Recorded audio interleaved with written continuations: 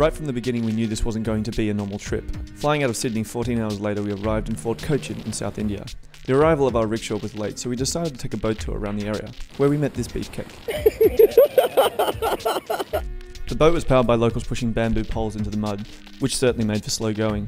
We pit stopped to see some traditional rope being made using coconut husk, 2 old ladies and a spinning hook. After a while we got bored, so we decided to get drunk to liven things up. The next day we decided to explore the town and met some local kids trying to score cigarettes. After exploring the town we decided to get some grog for our upcoming party. It was so hot outside we had to spend a lot of time in our air-conditioned homestay amusing ourselves. Now it was time to pick up our rickshaw and we were finally introduced to Super Ted. She was no sports car, but at least she started.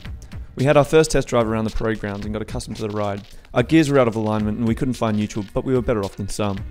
Whilst pimping out our rickshaws, the other runners decided to pimp a local cripple's bicycle too.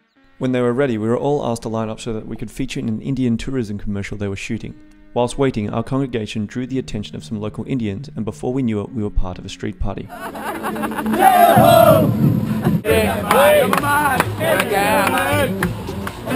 that Ron, get Josh, that body, get that body.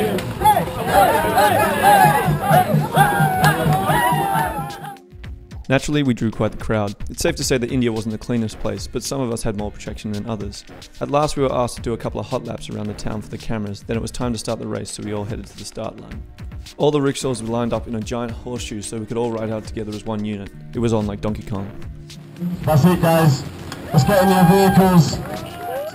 We started the race as a unified pack, all riding out together like heroes of old, but our incompetence hit early as we managed to get lost trying to get out of town. We managed to lose the pack within the first hour.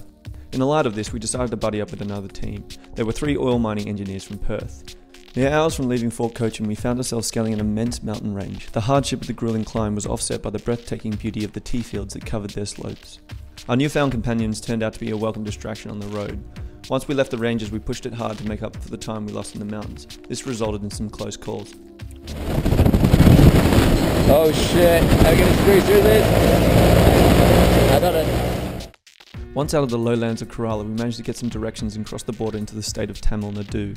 Each day offered us new hazards and our only way to survive was to drive like the local maniacs trying to kill us. Vehicles weren't our only perils, animals were king here and they often ruled over the roadways too. This fact was also reflected in the statues and monuments that we saw. At the halfway mark we decided to treat ourselves and got a room at the Novotel to celebrate the 26th birthday of one of the boys. But boys will be boys and we ended up getting drunk on the roof and an overabundance of booze and testosterone mixed together and resulted in us tearing the place apart. Nonetheless, we hit the road hungover the next day straight back into business as usual. Life on the road wasn't exactly the cleanest experience. We had to often push the boundaries when it came to essential toilet breaks. Despite the 1 billion plus people in India, we still managed to crash into another rickshaw on the road. But lucky for us, there was always a mechanic close at hand who could help put Super Ted back together again. For 7 straight days, we travelled from first light well until after dark, breaking our initial pledge to partake in no night driving. All of this was in aid of us being able to make up enough time to take a detour up the mountain to Darjeeling. To make it up the mountain, we had to split up the team, jettison our human cargo and send everyone up but the driver in a taxi. It was hours before we could finally get the rickshaw up the mountain and reunite the team. 2 hours later, we've still lost the boys. We have no idea where they are. 2 rickshaws missing, 4 guys gone. We don't have a mobile. We've got this, that, and we're still wearing this. Eventually we were reunited. We were in the Himalayas. We were one of the few teams crazy enough to bring their rickshaws up, but it was all worth it as we had a cup of Darjeeling tea in Darjeeling, watched the sun rise over the world's 2 highest mountains, and then did hot laps across the peaks, literally driving through the clouds. It was just as crazy going down the mountain as it was coming up, but that wasn't the worst of it. Once down, we ran into a tree-toppling squall that completely blocked the road. Insane winds and golf ball-sized hail rained down on us and we were forced to take refuge in a local petrol station. The place was completely destroyed by the time the storm had passed. We still had a lot of ground to cover, so we hit the road again as usual, relying on locals to help guide us.